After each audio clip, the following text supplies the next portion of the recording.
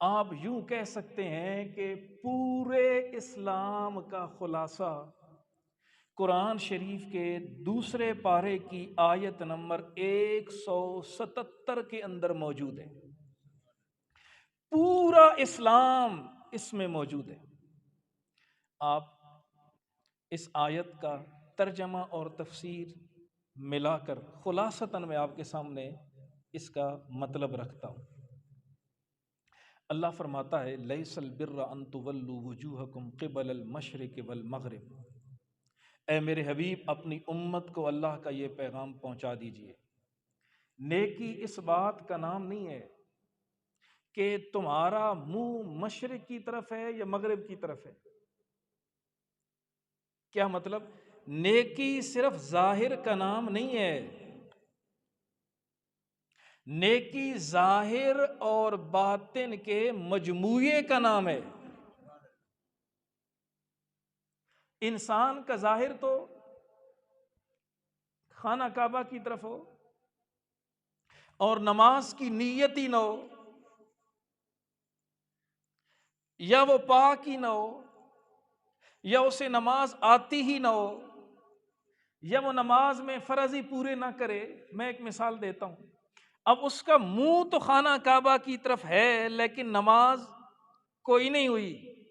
فرمایا نیکی صرف تمہارے منہ کے سمت کا نام نہیں ہے، نیکی اس کا نام ہے، پہلی شاخ ذکر کی اسلام کی، وَلَٰكِنَّ الْبِرَّ مَنْ آمَنَ بِاللَّهِ وَالْيَوْمِ الْآخِرِ وَالْمَلَائِكَةِ وَالْكِتَابِ وَالنَّبِيِّينَ۔ سمجھ آ رہی ہے بات؟ فرمان نیکی اس کا نام ہے کہ سب سے پہلے تمہارے عقیدے ٹھیک ہوں۔ عقیدہ کیا ہے؟ من آمن باللہ، اللہ کے بارے میں تمہارا عقیدہ ٹھیک ہو، اللہ پہ ایمان ہو۔ والیوم الآخر، قیامت کے بارے میں عقیدہ ٹھیک ہو۔ والملائکۃ، فرشتوں کے بارے میں عقیدہ ٹھیک ہو۔ والکتاب، تمام آسمانی کتابوں کے بارے میں عقیدہ ٹھیک ہو۔ والنبیین، سارے نبیوں کے بارے میں عقیدہ ٹھیک ہو۔ آپ پڑھتے ہیں نا ایمان مفصل، سارے پڑھ لیجئے، کیا ہے؟ آمنت باللہ وملائکتہ وکتبہ ورسلہ والیوم الآخر والقدر خیرہ وشرہ من اللہ تعالی والبعث بعد الموت۔ پڑھتے ہیں آپ، دیکھیے اللہ نے تمام عقائد کو ایک لائن میں رکھ دیا، یہ اللہ کی فصاحت ہے۔ سب سے پہلے کیا ہو جی؟ عقیدہ ٹھیک ہو۔ آج ہم مسلمانوں کو بھی اپنی سمت متعین کرنی پڑے گی۔ آج ہم عقائد پہ زور کو نہیں دیتے، بلکہ ہم عقائد کی طرف توجہ ہی نہیں کرتے۔ آج تو معاذ اللہ ہم اس قدر دور چلے گئے کہ ہم کافروں کے بارے میں بھی اتنے نرم گوشہ ہو گئے ہیں کہ ہم کہتے ہیں جی چلو کوئی بات نہیں، کلمہ تو نہیں پڑھتے لیکن ہیں تو ہم سے بہتر۔ آپ معاذ اللہ ذرا غور سے دیکھیں، آپ یہ بہت بڑا بہتان نہیں لگا رہے؟ یہ بہت ڈاڈا جملہ ہے۔ سونا، ایک بندہ اللہ کو نہیں مانتا،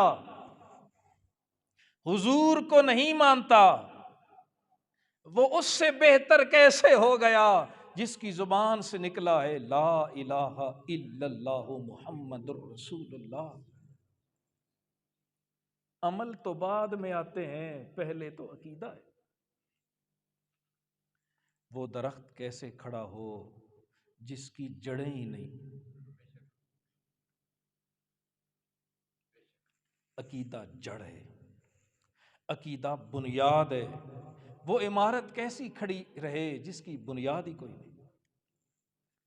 اب عقائد کے بعد ویسے عبادات ہیں، لیکن یہاں پہ اللہ نے عبادات سے پہلے معاشرت رکھا، معاشرت کو ذکر کیا۔ فرمایا وآت المال علی حبہ ذوی القربى والیتامى والمساکین وابن السبیل والسائلین وفی الرقاب، اللہ کی محبت میں دو اللہ کی دی ہوئی نعمتوں کو۔ یہاں پہ مال سے مراد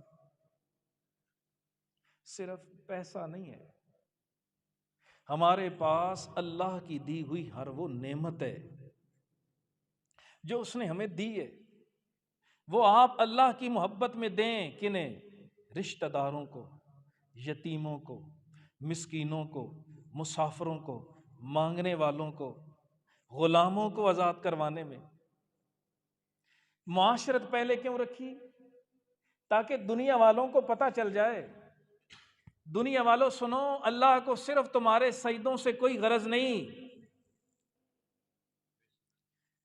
ادھر آ کے سجدہ دیں اور باہر جا کر کسی کی زمین پہ قبضہ کریں، باہر جا کر چوری کریں، باہر جا کر رشوت لیں، باہر جا کر کسی مظلوم کے اوپر ظلم کریں۔